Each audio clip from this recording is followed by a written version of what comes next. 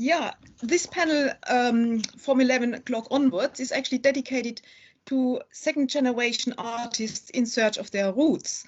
Spelled roots with O-O-T-S. Also, one could also imagine to have it spelled like R-O-U-T-E-S, roots, because a search for one's roots is a journey through the various places and stages of a human being. And therefore, I suppose both would probably apply, and one has to do so.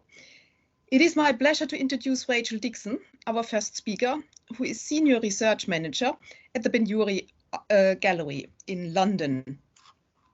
She is committee member of the Research Centre for German and Austrian Exile Studies at the London University and was contributing to and co-editor actually of volume number 19 of the yearbook published by the Centre, The Applied Arts in British Exile from 1933.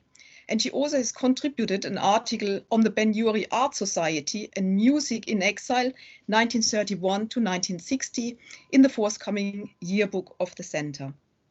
Recent publications include Mapping Finchleystraße, Mitteleuropa or Middle Europe in Northwest London, which she co-authored together with her long-standing colleague Sarah McDougall, and is published in Arrival Cities, a book that was edited by Burcu Dogramaci.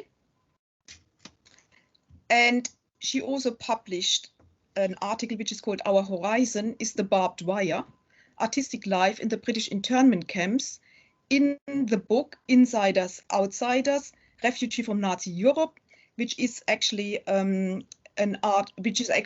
a published outcome of Monica's one-year project Insiders, Outsiders. Rachel's research focuses on emigre artists and designers in Britain, particularly on Jewish immigration, and therefore her paper is entitled, as you can already see, In and Out of Each Other's Worlds, the Art of Helga Michie and Ruth Ricks. I have also the pleasure to welcome the husband of second-generation artist Ruth Ricks, on whom Rachel's papers will concentrate. He actually was being hugely involved in archiving Helga Michie's work and papers, and he's joining us today. With no further ado, I pass it over to Rachel Dickson. Thank you, Jutta, for the kind introduction. Thank you to the organisers for the invitation, to Glenn for his powerful and passionate keynote, and Monica for her response. And I feel that many of her observations chime with issues which I'll be raising. When I received today's programme, it was immediately apparent that the predominant narrative in the short papers is that of the artist's daughter, as creative interlocutor and transmitter of memories of family tragedy. In this paper, which focuses on English second-generation painter Ruth Ricks, three-quarters Jewish, and her mother Helga Michie, Viennese kindertransportee, who came to art in midlife in exile, this issue has become more complex, as both mother and daughter are artists. Both have responded creatively to their individual memories and experiences of trauma, while Ruth has witnessed her mother's Holocaust survival. Ruth's work carries the weight of both memory and post-memory. As artist daughter of an artist mother, Ruth's relationship is both with Helga and with her art, and to a lesser extent the converse is true, as Helga's art was partly formed while Ruth was making her own work. As Ruth takes pains to emphasize, it was not a one-way journey. Both have taken and learned from each other. Ruth, with her extensive formal art training, was able to, quote, open her mother's eyes to a lot of things, end quote, while Helga provided a conduit to Austria, to a dark family history, and to a rich cultural life. It's also clear that both, whether consciously or not, have shared an intense visual vocabulary, a common iconography, which reaches backwards and forwards across generations of creativity. The result is an extraordinary body of work, produced by two women, which, when taken as a whole, is even more powerful than the sum of its parts. As Helga's granddaughter, Becky Swift, third generation, herself an artist, has acutely observed, quote, what I know is that there is an uncanny understanding between us about what resonates. the richness of how memory works across a family. Because we're all artists, we have a natural understanding of how imagery possesses that which is unspoken, beneath the surface." End quote. Before detailing some of Ruth's work, I'd like to give a brief introduction to Helga by means of context. I first became aware of her soon after her death in September 2018 via the bilingual monograph, "I Am Beginning to Want What I Am," which introduced her biography and largely unknown graphic oeuvre in a compendium rich with literary contributions. This approach was particularly apt. For those unfamiliar with Helga, the context which has shaped much of the engagement with her narrative and her work to date is that she was identical twin to Ilse Eichinger, one of Austria's foremost post-war writers, author of Holocaust novel Die große Hoffnung, published in 1948. And it's also worth noting that Ilse's influence on Ruth is significant. Early on, she seemed almost a second mother, as indeed she was genetically. The twins had an assimilated upbringing in Vienna, attending Catholic school. Their mother Berta, a Jewish paediatrician, had converted, and following her divorce in 1926 from the twins' father, Ludwig Eichinger, teacher, writer and critic, she retained custody. As Ruth has affirmed, the family were, quote, "already leaving behind their Jewish identity. They needed to create a separation in the face of shocking anti-Semitism in Vienna," end quote. The motive of separation and fracture often appears in both women's work, and following on Monica's observation, we do have intimations of abstraction. Nevertheless, the burden of the twins' Jewish identity was inescapable, amplified by the single dreadful fact that after the Anschluss, the family could only facilitate the escape of one Mischlinger half-Jew twin. A difficult decision had to be made. Thus Helga, the younger and perhaps frailer twin, was sent to her Aunt Clara in London, where she was a domestic, on the last Kindertransport in July 1939. Ilse remained in Vienna and survived the war with Berta, though close family members, including the twins' maternal grandmother, Gisela, and two of her children, Erna and Felix, were deported to Minsk in 1942, the year of Ruth's birth, and murdered. The twins remained separated until 1947, when Ilse and Berta came to London, and the following year Ruth visited Vienna. Of her own arrival in England, Helga noted, quote, "It was a very foreign country, and it wasn't as if I'd come as an au pair or a student or for a job. I came as a refugee. Refugees are never received as guests, always with a little bit of condescension," end quote. Nevertheless, she was swiftly absorbed into the rich cultural milieu of the Austrian Centre and its youth section, mixing with notable émigrés, including sculptor Anna Mahler, to whom she sat, and writer Elias Canetti, who, with his wife Faeser, occasionally minded Ruth. In 1941, aged 20, she married fellow Austrian Jewish émigré Walter Singer, whom she'd met at the AC, many of whose extended family would also perish. Ruth was born the following year. From 1946, the family lived in a tiny flat in Paddington until the divorce in 1948. This, and a year with Helga in Bayswater, was Ruth's only real experience of a stable home until her teenage years. Like many émigré women, Helga did piecework, was employed as a waitress and a secretary, and by Bimini, the glassware and button business owned by Austrian émigré Fritz Lampel. However, with her striking looks, she also had bit parts in several films, including The Third Man, itself set in Vienna, before sometimes working as a German translator, including on Ilse's texts.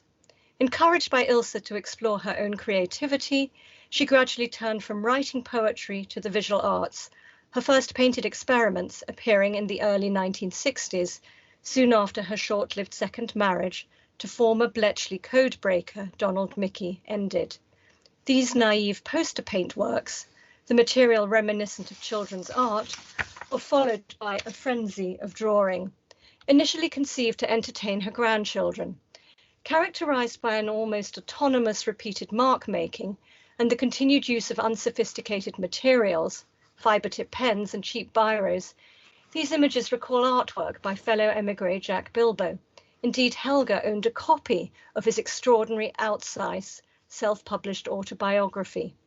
Her motifs included crowds, houses, parks, staircases, figures travelling along winding roads through mountains or thick continental forests, a darkly comical bestiary, bird-like plains in empty skies, gradually shifting from figuration towards a purer geometric vocabulary, suggesting architectural forms, particularly in her abstract prints of the 1980s. Works were often untitled, precise dates unknown, the palette muted. Through her friendship with Bettina Adler, sculptor, printmaker, and wife of Holocaust historian H.G. Adler, Helga was encouraged to take formal art classes at London City Lit and Morley College during the 70s and 80s, where she embraced increasingly sophisticated printmaking techniques. Although this led to several exhibitions in the UK and Germany, Helga's art remained largely private. Hence, Ben-Uri's acquisition of the etching Headland in 2020 marked her first appearance in a UK public collection. Now returning to Ruth. Ruth was born in Leamington Spa, as she notes wryly, the very centre of England.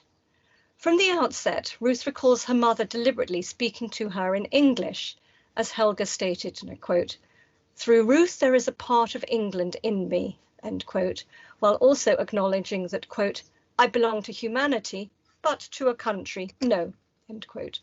Ruth provided a doorway into England, and conversely, Helga provided one into Austria, though, as Ruth suggests, quote, "We both strayed constantly into each other's worlds," end quote. This notion of dual identity, of being Austrian or British or both or neither, has been a constant preoccupation, which Ruth describes as having, quote, "a foot in both camps and a twin in both countries," end quote. Ruth's visual language remains key to unlocking this duality, while her spoken language has been both conduit and barrier. Speaking German and English allowed Ruth to access two worlds, but the experience has been marked by anxiety. Helga was embarrassed by her own foreign accent and desperately wanted Ruth to speak standard English. But even today, Ruth finds moving between the two languages confusing, at times even paralysing, when all vocabulary seems to slip her mind. Victor Ross wrote in the AJO Journal in 2008 that a unique condition of refugees is that they, quote, "don't reproduce their own kind, they become extinct," end quote. Nevertheless, Ruth, from earliest childhood, lived with what she describes as a sort of unsettled refugee experience of her own, moving from home to home, mostly without her mother.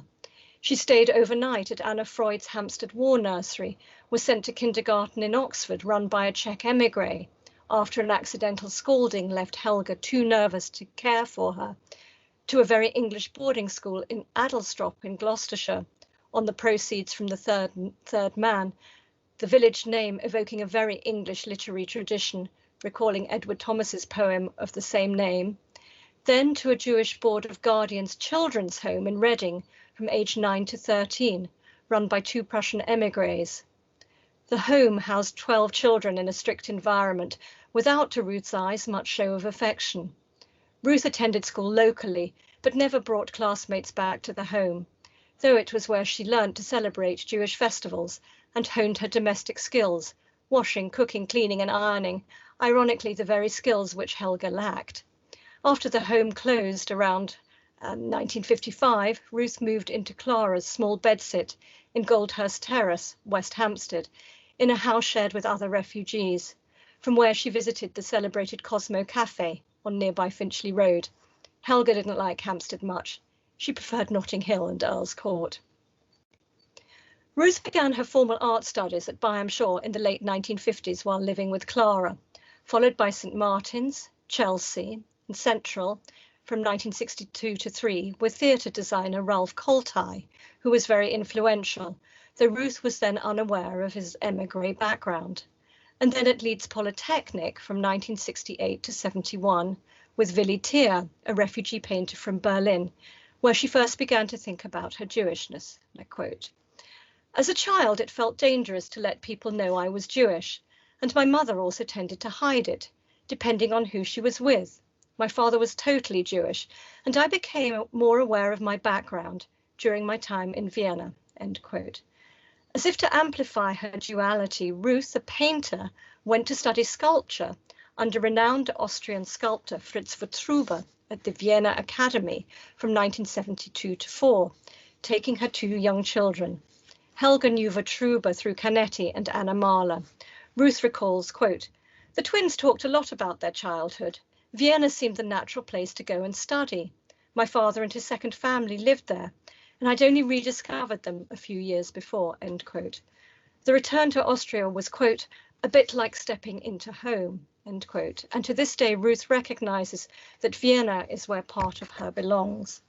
In 1948, on her first visit, she was very receptive to its dramatic post-war imagery, fearful, but at the same time curious, aware that she was being introduced to the twins' world, including the family's flat, where a bomb had dropped through 5 floors, leaving a gaping hole. Her work continues to be influenced by Central European culture, poised between Austria and England, and her imagery remains tethered to the family's pre-war history in Vienna, where home effectively stopped in 1939. In helping to explain her images for visitors to her open studio, Ruth produced illustrated charts identifying and linking her disparate motifs: huts, figures from Austrian history, myth and fairy tale, family members, animals, stairways, windows and doorways, rural and urban settings, all striking in their resonance with Helga's imagery. Indeed, as Ruth and I sat in her studio, every page of Helga's monograph, which we opened at random, yielded an image which resonated powerfully with Ruth's work in some way, and vice versa, whether by palette, subject, composition, or title. Ruth was not consciously aware, when she made paintings entitled Headland during an Irish residency in 2013, that Helga had an identically titled and sized print. The shared motifs often came as a genuine surprise, perhaps the first time specific works by mother and daughter had been seen side by side, albeit partially in reproduction. As Ruth has suggested, quote, "Mother's work and mine have often overlapped, especially with the image of the hut or the house and its place in the landscape. Time and place overlap, resonant of the uncertainties of my mother's separation from country and family, the early years of refugee living in England, and my childhood experience of the doubts about where home really was," end quote. Equally, the relationship between structure and landscape in Helga's prints is often ambiguous, one subsumed by the other. In the etching 3 Ways Through Our House, paths and house compete for existence with the landscape, while in Ruth's painting, Crossing the Clearing 2, the figure traversing the field is contained within the structure of the house, while the staircase has slipped into the landscape. Ruth attributes inspiration for some of her subjects to images in postcards and art books she received as a young child or teenager. She recalls that both she and Helga, quote, "often had a very similar response to particular works," end quote, and vividly remembers visiting the British Museum and the exhibition Family of Man at London's Festival Hall in 1956, a groundbreaking photography show from MoMA, from whose images of war, death and bombed cities Helga did not flinch, while Ruth proudly had her own catalogue. Helga also gave her Methuen a dictionary of modern painting, now a bit battered. Family travels also prompted the twins to send postcards, whose imagery remains intensely resonant. Ruth notes that she has a lovely collection from childhood. It was a 2-way conversation. Ilse would send cards with pictures of a distant Heimat, snowy mountains and views of Lake Attersee near Salzburg, the latter reprised in a recent emotionally charged painting in which Ruth affirms that, quote, "Time has stood still for me. This is where the twins went on holiday before the fracture of July 39 with the relatives who were taken. They made friends with a farming family," end quote. When she travelled to Austria for the first time in 1948, Ruth visited Attersee with family, directly experiencing the rural idyll where the twins were so identical and so beautiful. The image is still in her heart, even though, quote, "I haven't been for 60 or 70 years," end quote. For Ruth, working in the moment, her paintings are full of ambiguity, a quality shared with Helga's images and Ilse's writing.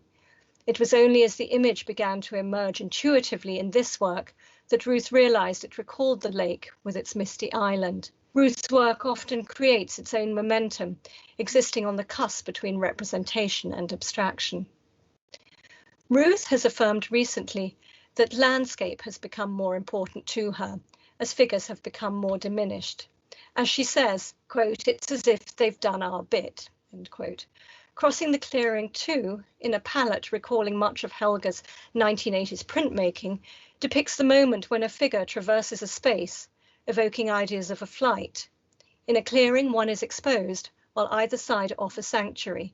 The figure, Hugh, Ruth's second husband, is a tiny presence in the white, to make the viewer really look. These paintings with their emotional heft belie their small size. Appropriately, Hugh is now deeply involved in archiving Helga's life. Another inspirational motif from cards sent by Ilse is the Emperor Franz Josef on horseback in military uniform, an iconic image for proud Austrians. The twins' grandfather, Jakob, was an army officer, leading Ruth to conflate the two images of emperor and grandfather, who between them represent the end of an era, fall of an empire, and the fracture of an Austrian family. Jakob's grave in Vienna's Jewish cemetery was a haven, the only place where Ilse and Berta could sit together outdoors, after Nazi legislation forbade Jews from visiting the Vienna woods. Likewise, a family photograph of Jacob's murdered children, Felix and Erna, playing with friends in a pretend car, has become a visual talisman, their childish portraits inverted by Ruth to a ghostly negative. Ruth also revisits source photographs taken by Helga of the Ruth of Berta's home, looking across the wintry skyline as a man improbably sweeps snow 5 floors up. Ruth has manipulated this image many times, yet ultimately she returns the figure to the only place he seems to belong, sitting on the edge of the roof, quote, "watching over the sleeping city while unnatural things happen to it," end quote. A visual elegy for a lost city and a murdered family. Ruth has also created work directly inspired by her Austrian family members. In the painting Ludwig Reading, she recalls the single meeting she had with her one Aryan grandfather in 1948. She describes him as a fascinating man, an eccentric book collector who edited a volume of poetry entitled Heimat and encouraged Ilse to write. The series Zadzu is inspired by Ruth's great-great-grandfather, possibly a horse trader who walked out of the East from the Caucasus. So little is known about him, she suggests, that he is, quote, "almost a shadow," end quote.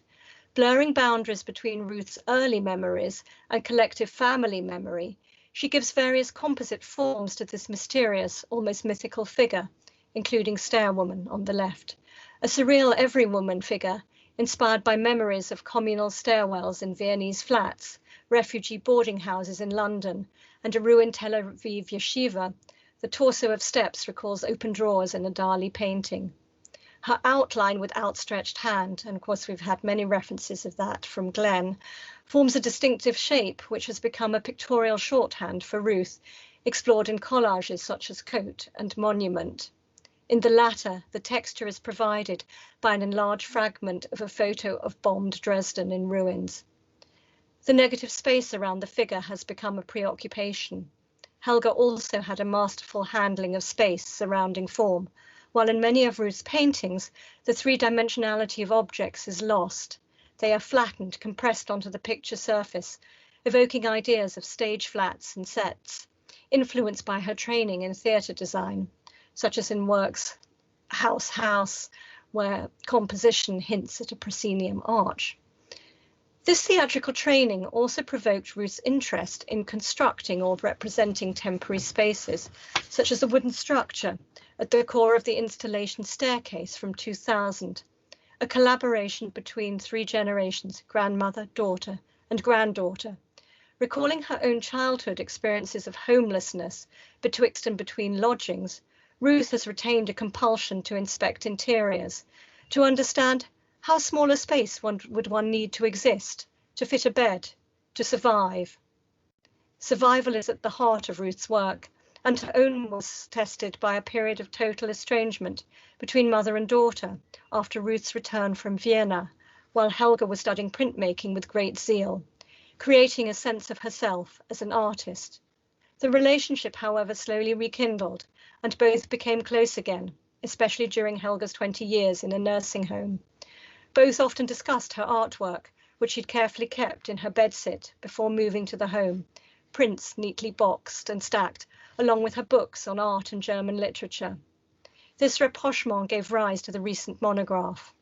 In a final act of closure, both the art and biography of the mother were revealed by the second-generation artist's daughter, creating, along with her own body of work, a powerful testament to the tragedy of an Anglo-Austrian family. Thank you.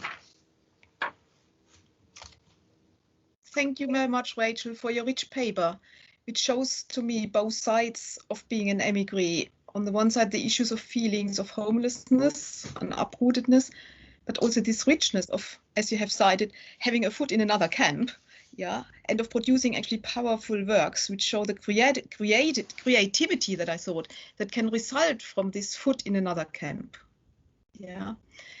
For me, it also showed how second-generation artists overlap with family generations, which is another topic, I think, that your paper actually brings into the discussion.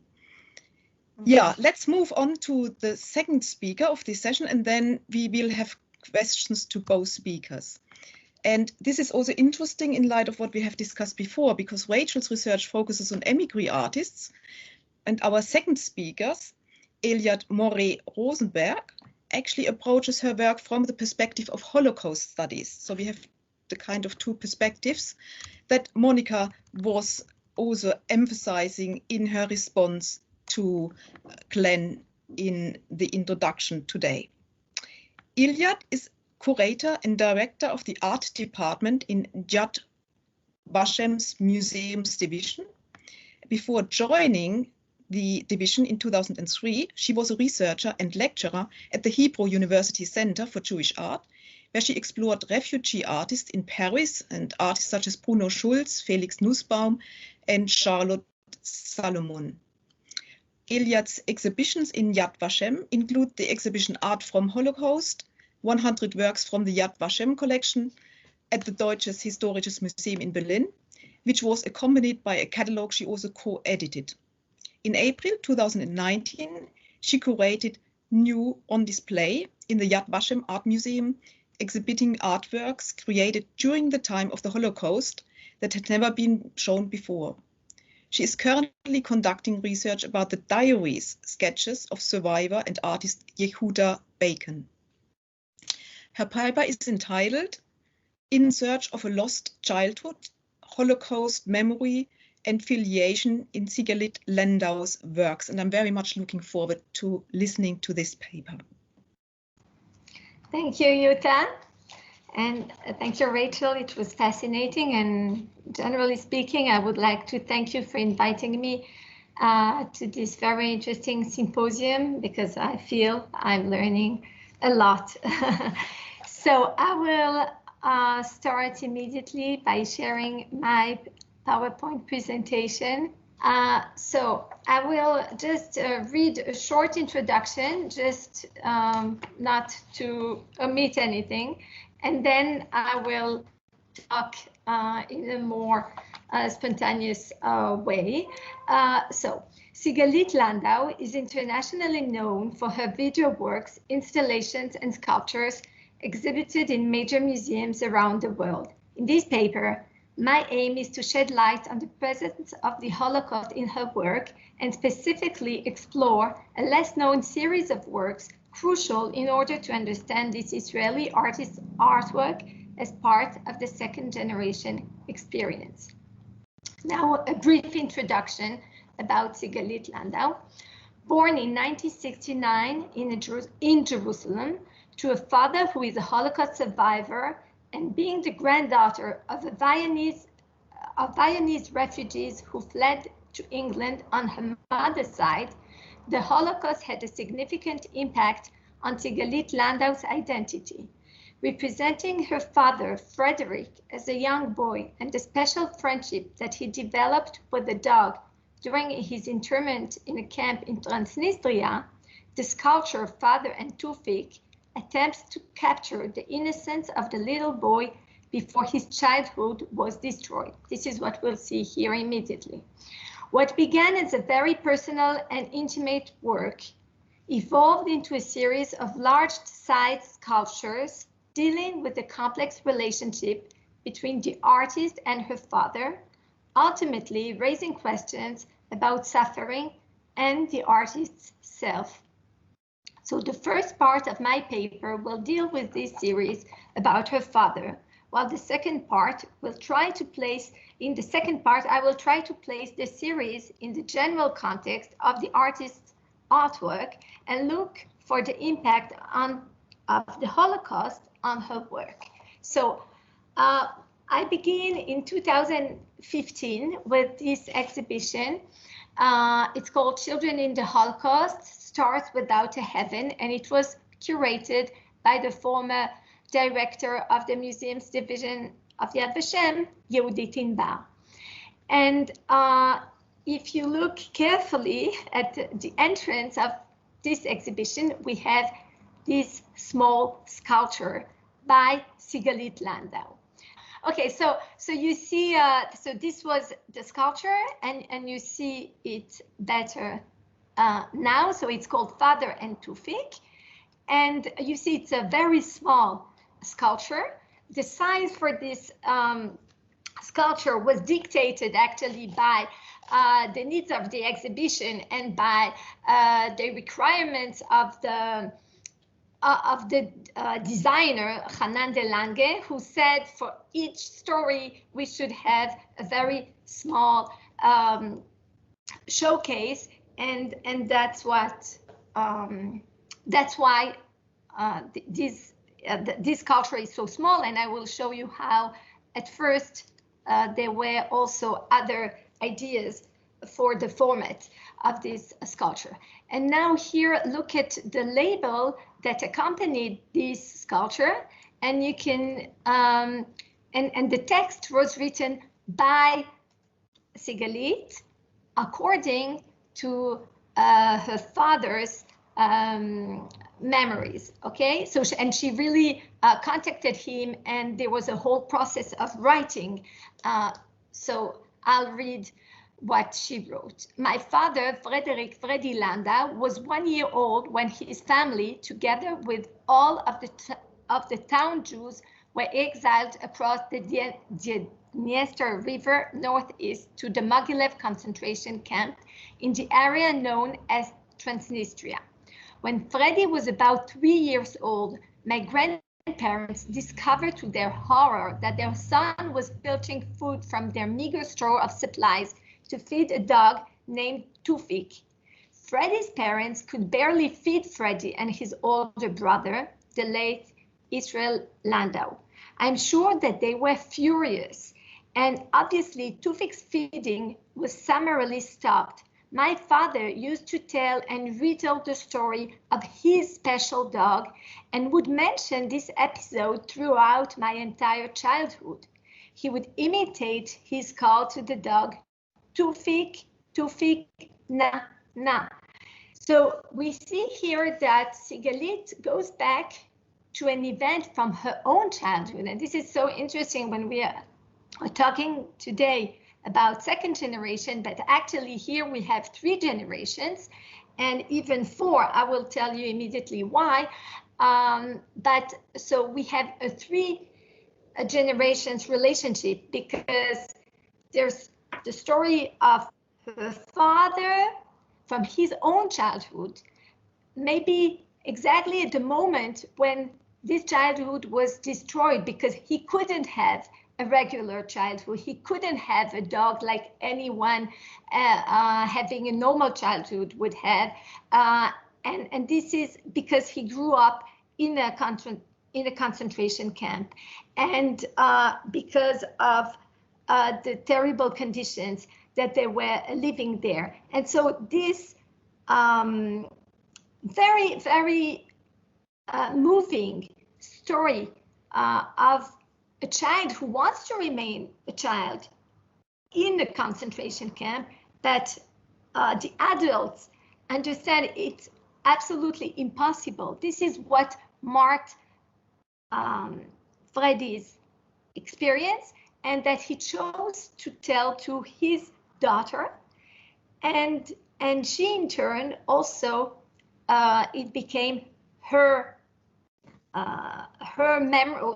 Well, in this case, it's really we can talk about post memory. She adopted it, but it's not only that, it's a pivotal event in her childhood and in her relationship to her father. She said that it was a way for her to relate to her father before, to a nice place during his childhood, and not just the traumatic part of the Holocaust.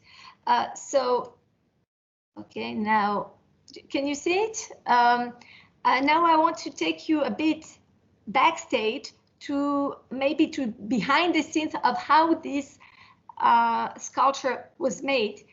We approached Sigeleit Landau. We, it means Judith Inbar and myself, we went to visit her in her studio in the south of Tel Aviv.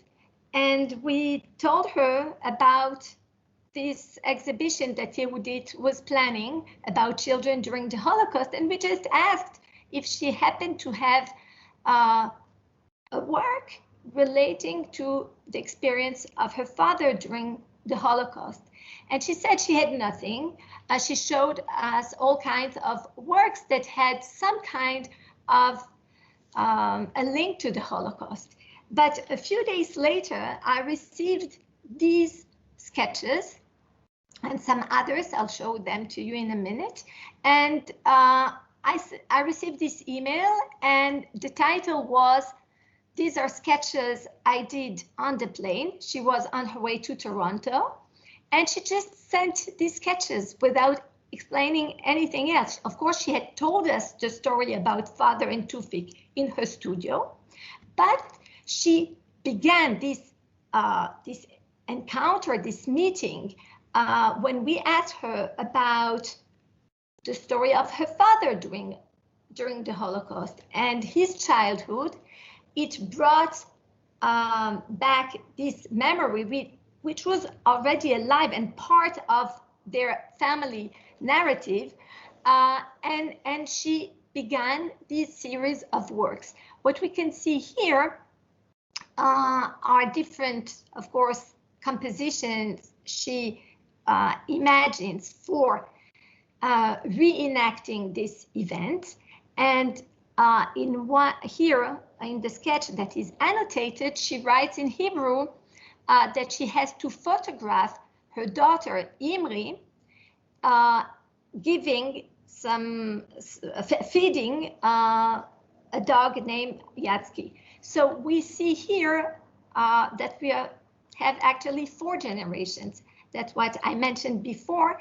And also I would like to say that after doing the sculpture, she said that one cast she will do for her daughter.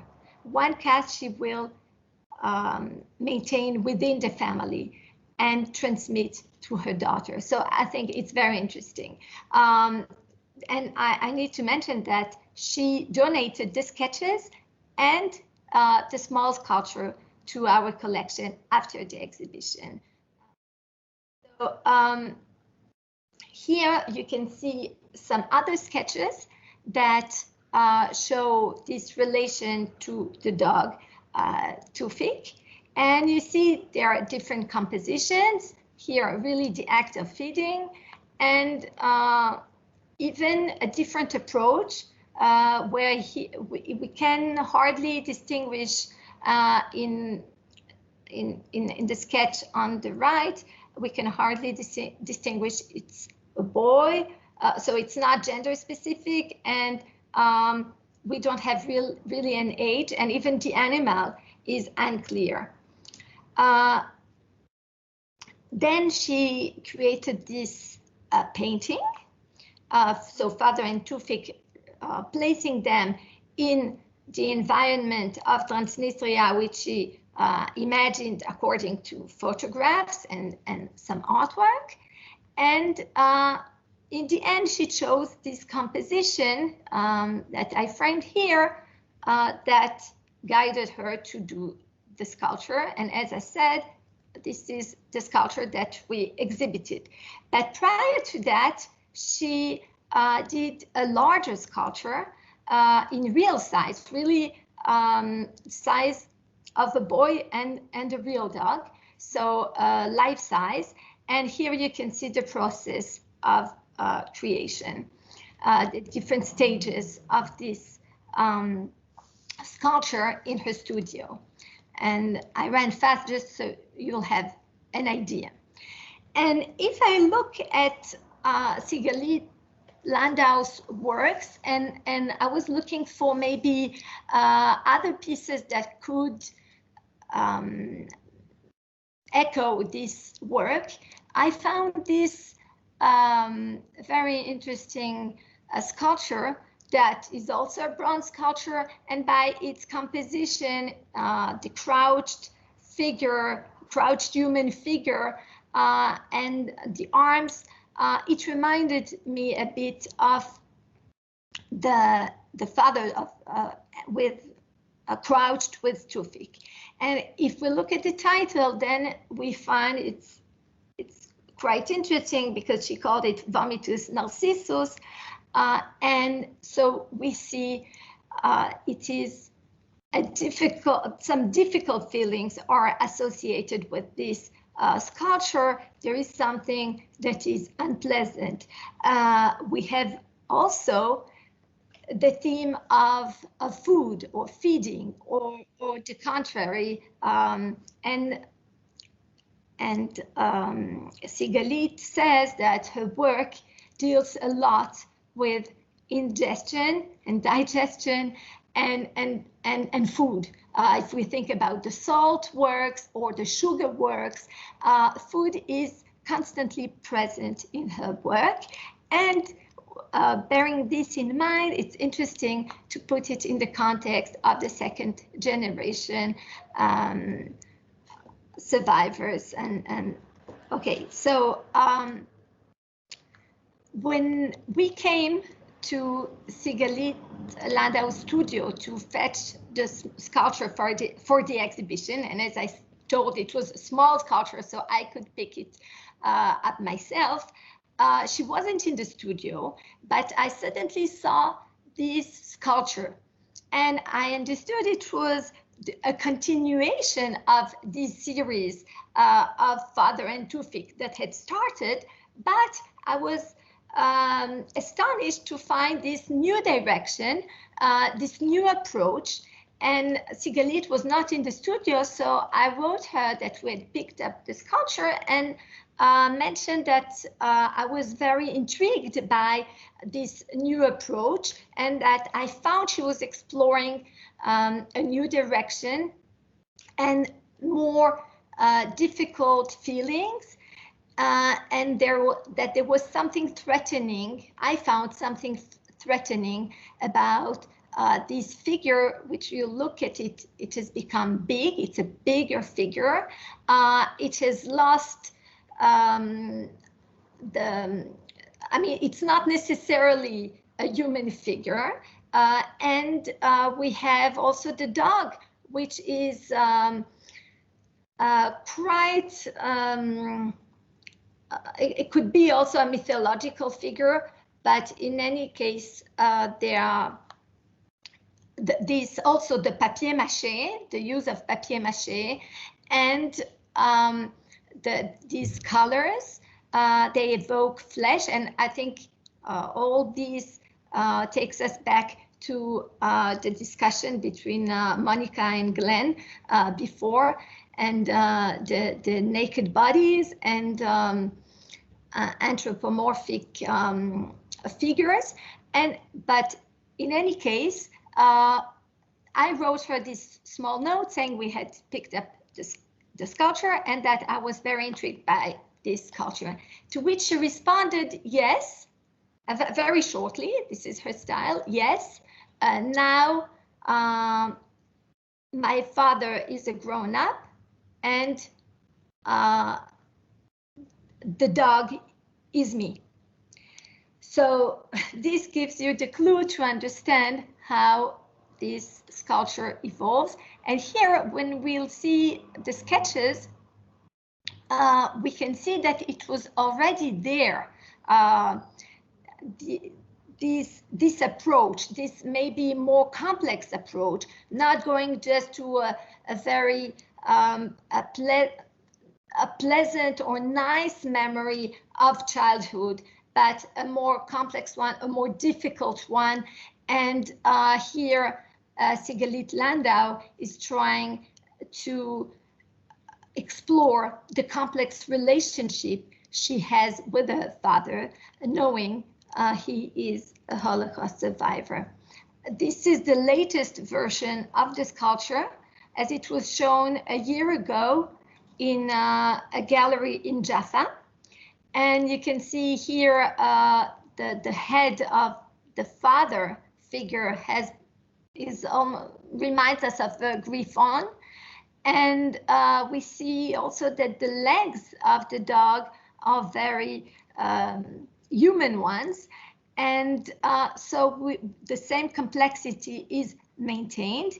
And what is interesting is that the text that Sigalit wrote together with her father, receiving the consent of her father for the exhibition shown in Yad Vashem in 2015, in 2020, this text appears, or part of this text appears on the base of this sculpture. So it is as if the story of her father, you can see my father was 1 year old when his family was exiled across the Dniester River northeast. So the story of her father, his experience during the Holocaust, is the foundation on which one has to see the relationship between Sigalit and her father. Now I would like to talk a bit about the use of Holocaust symbols in the art of Sigeleit Landau at large. We've seen how one work or one series of works was dealing with this experience, but in a very direct manner. And now I would like to look at her use of symbols and propose another reading, like another layer to the way of approaching this fascinating artist. And in the work Barbed Hula, which she performed in 2000 in Tel Aviv. Sorry, this is the preparation. We can see already, we can see the barbed wire, and iconographically speaking, most of us as art historians will go to Christian iconography and martyrdom. Of course, we have, it could evoke the crown of thorns from Jesus and other series of martyrdom with the injured flesh, and Saint Sebastian, of course. And this work has been mostly analyzed in the context of feminism and with its political message and the idea of boundaries. But I think that we should as well look at it with bearing the personal story of Sigeleit Landau being the daughter of a survivor and of a refugee. And so here I just brought the quote from where she was addressing her message in this work. And I think we cannot escape from the wounds that being a second generation, these wounds that are inscribed on her body. This is another possibility of reading the work, which of course has other meanings. To put it in context, I just brought some examples from other artists that in terms of a generation prior, of course, to Sigeleit Landau. These belong to the generation of her father. So George Siegel using the barbed wire, or Igal Tumarkin, whom she knows. All these artists she's probably familiar with. It's not talking about the influence of these artists. It's more showing how the barbed wire was used in their works to evoke the Holocaust experience. But in the two examples, that of Igal Tumarkin and Mark Kleonsky, a Russian artist who can be defined also as a first generation survivor, and Igal Tumarkin as well. He fled Germany in 1935 as a 2-year-old boy. We have the round barbed wire, so evoking the hula of Sigeleit Landau. And I will just mention that these examples I found in the book of Ziva Amishai Meislich, Depiction and Interpretation on the impact of the Holocaust, the influence of the Holocaust on the visual art, which is a reference book. The Holocaust is present in all of Sigeleit Landau's works, but it's a matter of each time finding the symbols out of a more universal message, or because she uses on purpose very universal and intemporal symbols and imagery. So to say it's just the Holocaust would be very restrictive, but it doesn't mean that it's not present and that there is this possibility of interpreting her work. Already in her installation, The Endless Solution, that she exhibited in the Helena Rubinstein Pavilion in Tel Aviv, already the endless solution, she plays with the words like she always likes to do. And I'll just read what she said.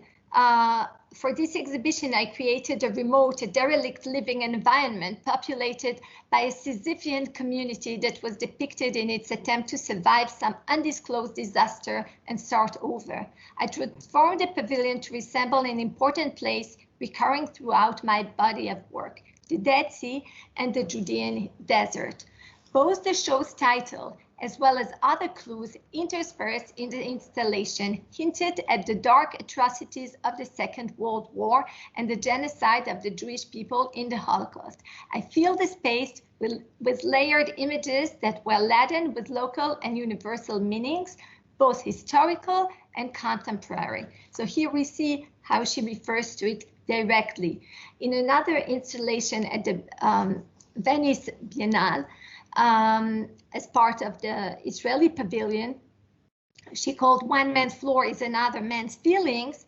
Eliad, you need to come to an end. Okay. So I will just show you the last images. So we see the use of shoes that disappear inside on this lake, and you can see here the process of crystallization Sigalit does with salt and objects, but here specifically the shoes. And here you can see the shoes which I had previously immersed in the Dead Sea were seen melting gradually through the ice layer of a lake in the Polish city of Gdansk. So she takes this symbol and puts it in a different context, and it's not just the Dead Sea. These are these shoes that little by little make these two holes as to symbolize the void in Europe, in the European soil. Here we can see another play, the game of a little girl that plays with shoes, like maybe any girl looking in a more comic way at the world of adults without being able to understand it, but her use later of these same shoes cast in bronze in this circle, again the theme of the circle, and it reminds us of the hula hoop, the barbed hula hoop, and the use of the 12, this typological number, so it could be the 12 tribes or the 12 disciples. In any case, it takes us back to the Holocaust, these shoes devoid of their of people, these empty shoes, and it reminded me of this a monument erected in Budapest to commemorate the victims of the Holocaust thrown to the Danube. And here with this I will conclude. So I try to show that through this very personal and intimate sculpture, Sigeleit Landau was facing in a direct way her relationship to her father, who was, of course, a Holocaust survivor. But I propose to look at her work also in the perspective of, or through the prism of her being a second generation survivor, the daughter of the Holocaust survivor, and see the presence of the Holocaust in her work at large. I think it offers another level of reading to this multi-layered and very complex artist. Thank you.